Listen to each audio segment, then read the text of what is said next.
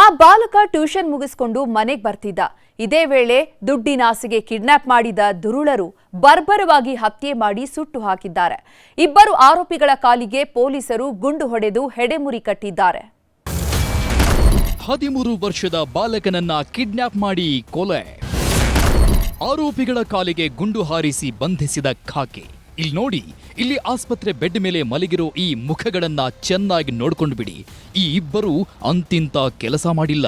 13 ವರ್ಷದ ಪುಟ್ಟ ಬಾಲಕನ ಕುತ್ತಿಗೆ ಸಿಡಿ ಬೆಂಕಿ ಹಚ್ಚಿ ಎಸ್ಕೇಪ್ ಆಗ್ತಿದ್ರು ಈ ಪಾಪಿಗಳು. ಖಾಕಿ ಇವರ ಬೆನ್ನತ್ತಿದಾಗ ಪೊಲೀಸರ ಮೇಲೆಯೇ ಮಾರಕಾಸ್ತ್ರಗಳಿಂದ ದಾಳಿಗೆ ಮುಂದಾದ್ರು. ಕೊನೆಗೆ ಗುಂಡು ಹಾರಿಸಿದ ಪೊಲೀಸರು ಇವರ ಹೆಡೆಮುರಿ ಕಟ್ಟಿದ್ದಾರೆ. ಮುದ್ದಾಗಿ ನಗ್ತಿರೋ ಈ ಹುಡುಗನೇ ನೋಡಿ, ಈ ಕಿರಾತಕರ ಕೈಗೆ ಸಿಕ್ಕಿ ಬೂದಿಯಾದವ. ನಿನ್ನೆ ರಾತ್ರಿ ಬಾಲಕನ ಶವವೊಂದು ಸುಟ್ಟ ಸ್ಥಿತಿಯಲ್ಲಿ ಪತ್ತೆಯಾಗಿತ್ತು.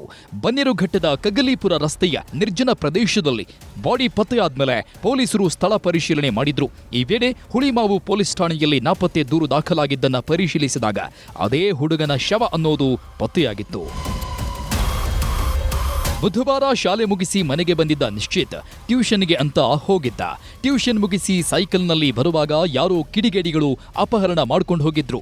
ರಾತ್ರಿ 8 ಗಂಟೆ ಆದ್ರೂ ಮನೆಗೆ ಮಗ ವಾಪಸ್ ಬಾರದೇ ಇದ್ದಾಗ ಕುಟುಂಬಸ್ಥರು ಹುಳಿಮಾವು ಪೊಲೀಸ್ ಠಾಣೆ ಮೆಟ್ಟಿಲು ಹತ್ತಿದ್ರು. ಬೈಕ್ನಲ್ಲಿ ಕೂರಿಸಿಕೊಂಡು ಹೋದ್ರು ಅನ್ನೋ ಮಾಹಿತಿ ಸಿಕ್ಮೇಲೂ ಪೊಲೀಸರದ್ದು ಅದೇ ನಿರ್ಲಕ್ಷ್ಯ. ಕೇಳಿದಾಗ ಅವ್ರು ಯಾರೋ ಬೈಕಲ್ಲಿ ಕೂರಿಸ್ಕೊಂಡು ಹೋದ್ರು ಅಂತ ಹೇಳಿದ್ರು. ಸೊ ನಾವು ಇಮಿಡಿಯೇಟ್ಲಿ ಹುಳಿಮಾವು ಪೊಲೀಸ್ ಸ್ಟೇಷನ್ಗೆ ಹೋದ್ವಿ. 8:30ಗೆ ಹುಳಿಮಾವು ಪೊಲೀಸ್ ಸ್ಟೇಷನ್ಗೆ ಹೋಗಿ FIRಗೆ ರೆಡಿ ಮಾಡ್ತಾ ಇದ್ವಿ. FIR ರೆಡಿ ಮಾಡಿಸಿದ್ವಿ. ಈ ಥರ ಮಿಸ್ಸಿಂಗ್ ಕೇಸ್ ಆಗಿದೆ, ಯಾರೋ ಕೂರಿಸ್ಕೊಂಡು ಬೈಕಲ್ಲಿ ಹೋಗಿದ್ದಾರೆ ಅಂತ ಹುಳಿಮಾವು ಪೊಲೀಸರು FIR ರಿಜಿಸ್ಟರ್ ಮಾಡಿದ್ರು. ನಾಪತ್ತೆ ಕೇಸ್ ದಾಖಲಾಗ್ತಿದ್ದ ಹಾಗೆ ಪೊಲೀಸರು ಸ್ವಲ್ಪ ಆಕ್ಟಿವ್ ಆಗಿದ್ರು. ಆರೋಪಿಗಳನ್ನ ಪತ್ತೆ ಮಾಡೋದು ದೊಡ್ಡ ವಿಚಾರವೇನೂ ಆಗಿರಲಿಲ್ಲ. ಕಿಡ್ನಾಪ್ ಆದ ಕೆಲವೇ ಕಿಲೋಮೀಟರ್ ದೂರದಲ್ಲಿ ಆರೋಪಿಗಳು ಮಕಾಂ ಹೂಡಿದ್ರು. ಆದ್ರೆ ಪೊಲೀಸರು ಸ್ವಲ್ಪ ತಡ ಮಾಡಿದಂತೆ ಕಾಣ್ತಿದೆ.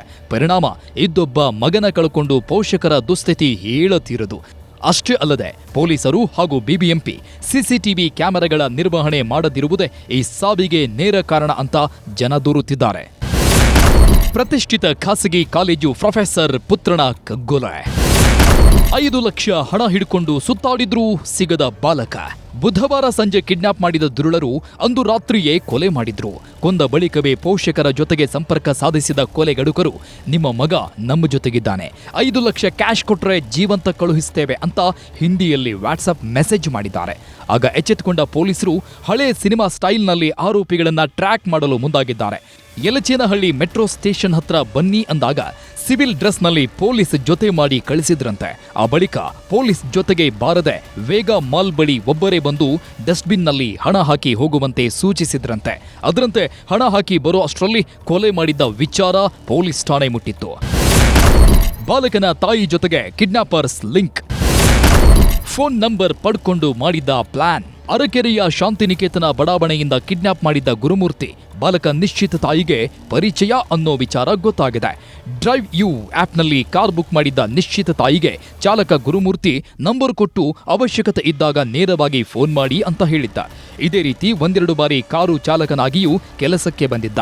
ಇದೇ ಪರಿಚಯದ ಮೇಲೆ ಬಾಲಕನ ಕಿಡ್ನಾಪ್ ಮಾಡಿರೋ ಆರೋಪಿ ಹುಡುಗನನ್ನ ಸಾಯಿಸಿದ ಬಳಿಕ ಹಣ ಪಡ್ಕೊಂಡು ಎಸ್ಕೇಪ್ ಆಗಲು ಸಂಚು ಮಾಡಿದ್ದ.